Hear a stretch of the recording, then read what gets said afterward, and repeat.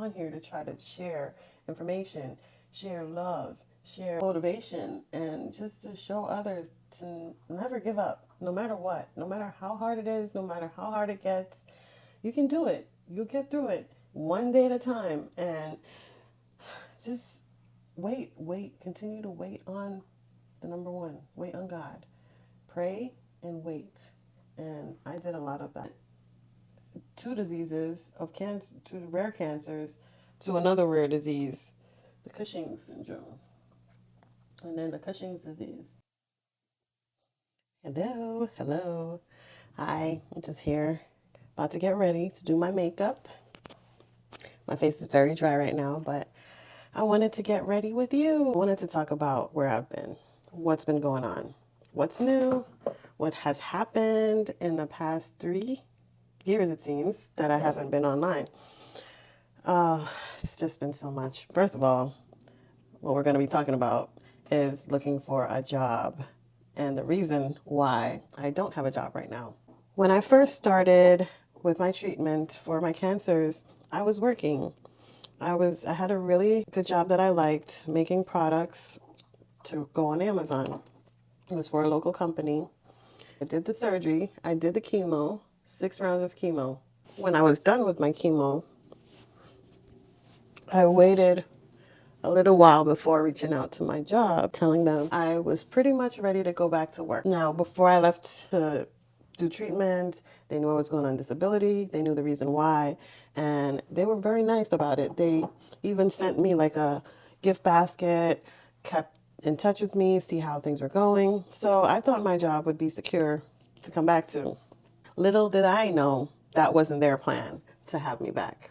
And now I know it was a plan all along to, what do they, silent quit me or whatever they do nowadays. I wanted to go back to my position. I trained the person who was interim manager in my position to do my job while I was away. I trained her with no experience and to just do an assistant job at first. I trained her well enough to do my job actually while I was away. So that was a security for my boss and for that position. So when I went back, I thought I would have my position to go back to. So lo and behold, when I try to go back to work, they try to put me as her assistant. Can you guys believe that? Yeah. So I wasn't too fond about that idea.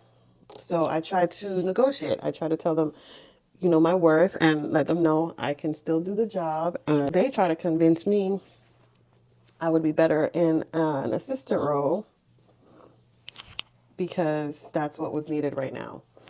And they tried to lower my salary. And so we negotiated for about a week. That's all they gave me to make a decision. Not even a week they gave me because I was talking to HR before I decided to say, yeah, I'm ready to come back. Now, any of you who are out on disability and decide to go back to your job, take this story as a learning lesson. Heed what I've been through and learn from that, because if you try to go back to your job, they might try to get you to quit by lowering your position, trying to lower your pay. And if you don't accept that, then they will say, oh, well, we made you an offer and you refused it. So tough luck. You're out of here. And that's pretty much what happened. Fine. It is what it is. It was what it was. I moved on to try to do another job. I got the job. It was a job full time. Well, there was remote working, but it was more of a hybrid role. What I was doing before was more on a remote level. So I thought that would be fairly easier for me coming off of all the treatment and being tired. So I applied for this role. I had all the credentials and a reference letter from the job that had just let me go. I got the job. I started working and I thought I was doing a great job, but now that I look back at it, I realize maybe I was as okay. The mic just fell off. Started a job, and hindsight is 2020. I think I was rushing back into getting back into work because while going to work, I would realize that even just going up a flight of stairs, I would be getting winded. I was fatigued all the time. It was hard for me to focus on things. I wasn't like doing the best job that I know I could do, but I just thought it was okay. I just came from treatment, chemo, all that stuff. It's going to take a little while. So I was giving myself grace. Of course, when you work for people, they don't give you that grace because they hire you to do a job. They want you to do a job plus 10. So even though they always say, yeah, no, it's a 40-hour week, blah, blah, blah. Once you start the job, it's like they expect you to do 50 hours and still work for them paying you 40 hours. So I tried to do that, and I was getting called into meetings every week about my performance. Why is this taking so long? Why are you so slow on that? Blah, blah, blah, blah. I'm like, well, I just started this job. I had no training. I am just pushed into start working, go. You already know everything once you start. That's how they treat me in that role. There was no training at all on the company or anything. It was like a 1 day training. Let's give them that 1 day for all the things that I had to do, which was two roles in one. And it just wasn't going great. So after the probation period, we decided to part ways. I was sad about it because I really wanted to get back to work, but at the end of the day, I was also relieved because I was feeling a lot of symptoms still. Now, I thought it was because of the oral chemo that I was taking, because right after chemo, they had me on oral chemo, and I had a lot of symptoms still, like fatigue, nausea, the bad taste, a little bit of brain fog here and there, a lot of different emotions, up and down. Emotions were up and down. It was very hard to control my emotions. And I was still not able to lose weight. I was still like pushing myself to try to be active and eat right. I was still eating right, and I was not losing weight. I was either the same weight or gaining a pound or two here and there. And then it just continued and continued after losing that job. I kind of got into a little bit of a depressive state, but I also try to get out of that through, prayers and just staying positive and a lot of support from my family. It was just still something not right.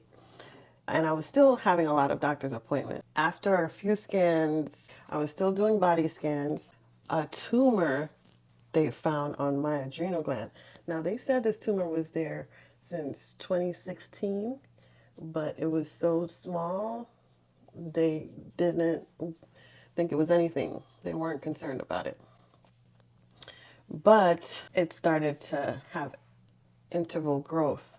So there was a little bit of concern there, especially since I had just had the cancer that spread up and it was stage 4. They weren't sure if it was from the cancer that it started to grow. So they were monitoring it a lot. And they also would talk to me about my symptoms. My symptoms were especially concerning when they saw the growth that I was having. The growth I was having on not only the adrenal gland, but my body, I still kept gaining weight. And then I had these stretch marks. Then they tried to, now this was all, we're talking about 2023 right now. Because I wasn't losing weight, and I talked to my doctor about trying to work out and feeling very weak, and my muscles were aching and just not feeling great. So he recommended physical therapy because they thought it was from the cancer treatment and surgeries. I started physical therapy. Turns out it wasn't that. They got concerned about my cortisol levels from blood work. What is cortisol? Cortisol is a steroid hormone that the adrenal gland makes. So the adrenal gland is actually, I've been saying the adrenal gland this whole time. I don't know if you guys know where it is. It's right above your kidney. So you have two of them, like you have two kidneys. It's right above both your kidneys. On my left side is where I had the tumor on my left adrenal gland. My cortisol levels seemed to be high when they were doing my blood work, and so they started to get concerned about that. And they figured before confirming that that tumor was overproducing the cortisol that they were seeing in my blood work. To actually confirm this, they have special procedures to do that. First of all, the blood work is a start, but then you have to do like a saliva test and also urine test and also a special procedure where you actually have anesthesia and they go and see if the cortisol is being overproduced from which of the adrenal glands once they confirm it's your adrenal gland, because you can also have overproduction of cortisol through your pituitary gland, which is in your head. And the disease that I'm talking about is Cushing's disease. They first diagnosed me with Cushing's syndrome before it was confirmed to be the disease. I was just so shocked about it, and but also relieved because I now knew why I had these symptoms. I'm gonna put up somewhere here, there, behind me, somewhere, a diagram of what this disease does to a person's body. It controls a lot of the stress in your body. So stress meaning your emotional stress, your emotions, but stress to your actual body. What does that mean? Like if you get a bump or if you get hurt by a cut, an abrasion, that regulates the speed of how well your body heals, how it reacts to stress. It's very important. And without cortisol, you also cannot live. So you need cortisol, but if you overproduce cortisol, it's also can also kill you because the symptoms will build up and get worse, and it will damage a lot of things. It'll damage other organs, and it'll just really bad. I had a really good surgeon who went with me through the steps of diagnosing it. Venous sampling retina. That's what it's called, that procedure. So they go in with a camera, a special little camera, because there are arteries that goes to each of the adrenal glands. So they went to the right one and the left one to pull samples out, specific blood samples coming from each side, because they want to make sure which side they're going to do the surgery on. They don't want to mistakenly do the surgery and taking out my right adrenal or my left adrenal and it's the opposite, because it would be really bad. It was very important to diagnose. It was a lot to deal with. I was very stressed out, very concerned, but also too tired to even deal with this stuff I was going through. A lot of my days were spent on the couch sleeping or in pain or just tired. Yeah, it was a lot to go through at that time. Cushing's disease has a lot of symptoms that I didn't even know anything about anything called a Cushing's disease. I like to call it couching disease because this is just an inside joke. So you're inside, you're left on the couch a lot with this disease. So some of the common symptoms are high blood pressure, which I had, high blood sugar, which I also had, fatigue, had that, body fat, had that, round face. My face definitely got rounder. I'll also post a picture of how really round I got. And this on like the back part of your neck here, I had that. You had get roundness around your underarms, belly fat, all around parts. You get rounder. When you're carrying around a lot of weight, more things start to hurt. Your knees start to hurt. All your joints start to hurt. And I was having joint pains as well, muscle pain, like weakness everywhere. So I'm gonna do just like not too much makeup. So I'm gonna keep it light. This is the palette that I'm using. It's a lot of colors here, so just gonna try to keep it light. I found out that I had to have another surgery.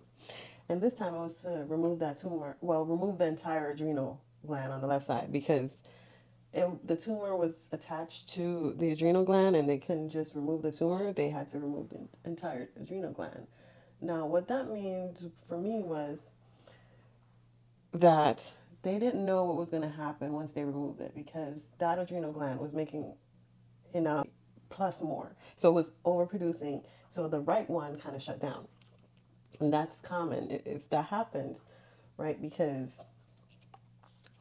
the right one was wasn't really needed. So it's just like, okay, if that one over there is doing all my work, I'm gonna just be here taking a nap. And so that's pretty much what happened to the right one. They had no way of knowing how long recovery was going to be for me. Not recovery in the sense of recovering from the surgery, but recovery of that right adrenal gland, which was now dormant. It's a process to wake that adrenal gland up and for me to not die in the process. You know, I put my trust and faith in God and knowing that I still have a purpose. I still have to be here to share my story. Hopefully it will help even just one person to advocate for themselves, to know their body and listen to their body and talk to the doctors about treatment, talk to their doctors about their symptoms and get answers, because you know your body when something is not working right, and you know when you don't feel good. You need to talk to a doctor. You need to find out what's wrong, because ignoring it is not going to solve the problem. It actually can exacerbate the problem and make things worse. Worse could be not just being sick, but you know, you don't want to be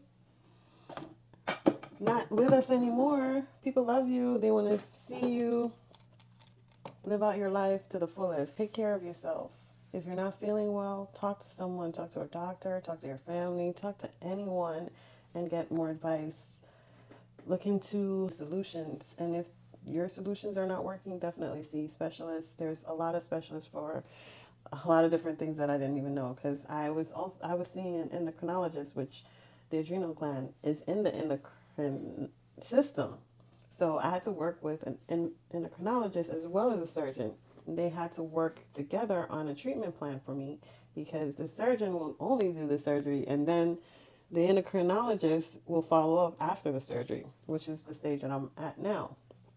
I no longer talk to the surgeon. I only talk to the endocrinologist. And also dealing with concerns in my thyroid. Concerns are in my thyroid as well. But since being diagnosed with cancer, we've just been taking things one step at a time. The most important things come first. Solve this problem and then see if the other symptoms are still there to solve the other problems. So that's how we found that we meaning me, still had problems to solve. Right now, we're solving this adrenal gland problem. Let me know how you like this video. If you would like me to do more like this, I will.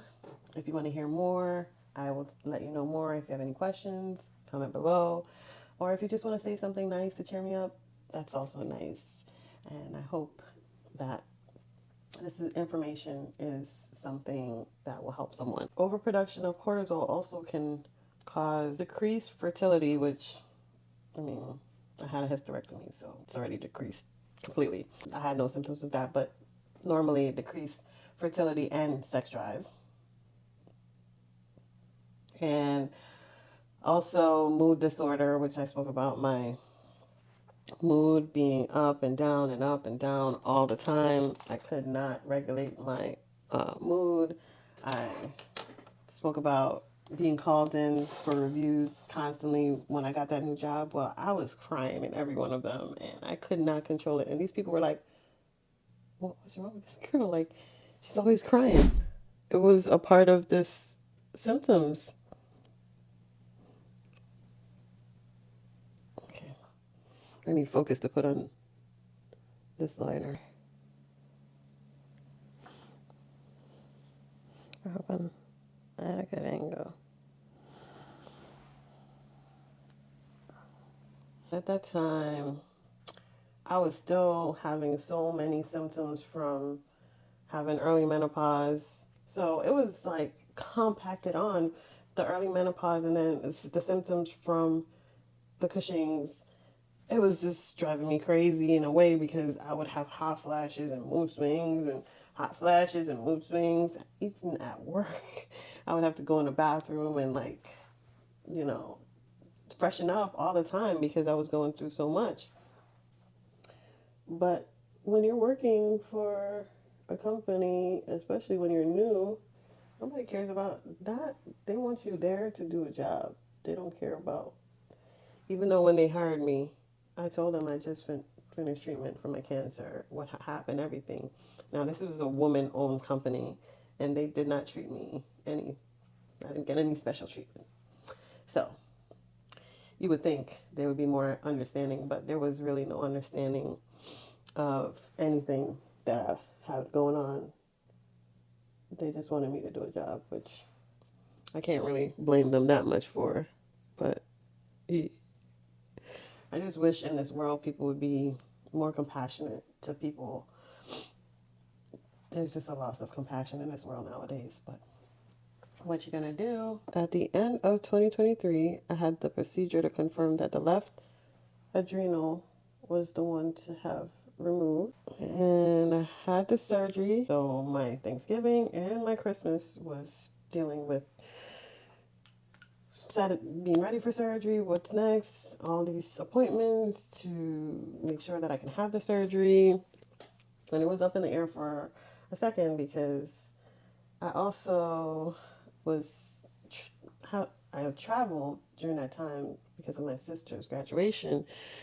It was very difficult. I'll post some pictures here and there throughout this video of that time so you guys can see how much weight I gained, how different I look, and I still look a little different than I'm used to from the changes, but I'm slowly getting better and I'm so happy because it was rough. It was rough. It was rough. It was so rough.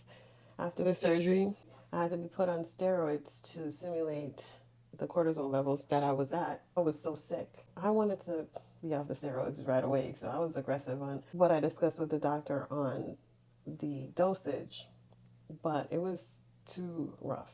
I couldn't do it. I just couldn't do anything on that dosage. It started out too low. I was still feeling very sick, achy, couldn't do anything, no energy, just on the couch all day. That dosage was too rough, and it took about 3 months to get the dosage right. And even once the dosage was right, it took about another couple months to feel energy. I had a lot of bad headaches as well. And during that time, I also had COVID twice. Before my surgery, actually, I had COVID, so that pushed the surgery off a little bit. So I had to deal with getting better from COVID. And also, right before the surgery, my memory is so bad after chemo and dealing with all this stuff. So I say a lot, and I'm like trying to find the right words for things all the time. Well, right before surgery, I got a kidney stone. That's what it's called. I had a kidney stone. And I could do another video on a kidney stone, but that one will be really short. But you will know when you have a kidney stone because that pain, let me tell you, boy. And I had to go to the emergency room to find out that that's what it was because I had no idea what was going on, why I had this pain. So yes, I had a kidney stone, and then I had my surgery, and then after the surgery, I still had the kidney stone, so still was dealing with that kind of pain while dealing with post-surgery pain. Now, my surgeon told me, she checked me out before the surgery and said she was going to go through my stomach, that they normally do the surgery through the back. I got out of surgery. She tried to do it from the back and then had to do it from the front. So I had a lot of pain from that surgery and recovery, and then dealing with the steroid treatment. But they said that this also could take up to 2 years to get off of the steroids, which I'm still on steroids. Another thing that this causes is osteoporosis, which is, you know, eating away at your inside your bones. So I have been doing bone density tests. I have one coming up this year again. I did one last year to have a baseline.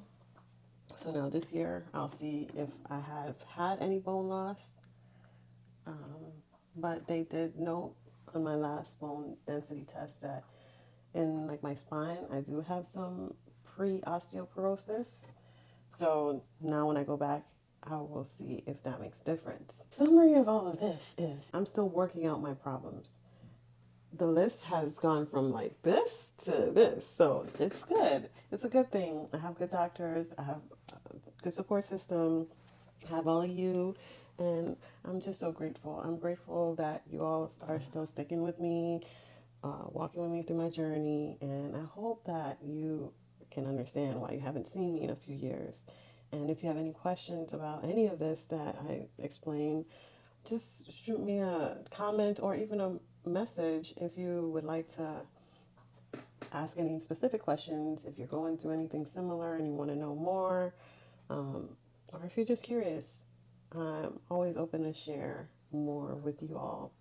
I just want to continue to help others and advocate for knowing your body and speaking up to your doctors of your symptoms so that you can just be healthy and happy and live a long life. We just all want you to be here with us forever. No, not forever. No one lives forever, but we want to live out our lives to the best that we can, not having to go to the doctors all the time, but going to the doctors enough to stay healthy. Sometimes medical intervention is necessary, no matter how healthy you are, as far as eating and exercising. If your body is giving you a signal, it's for a reason.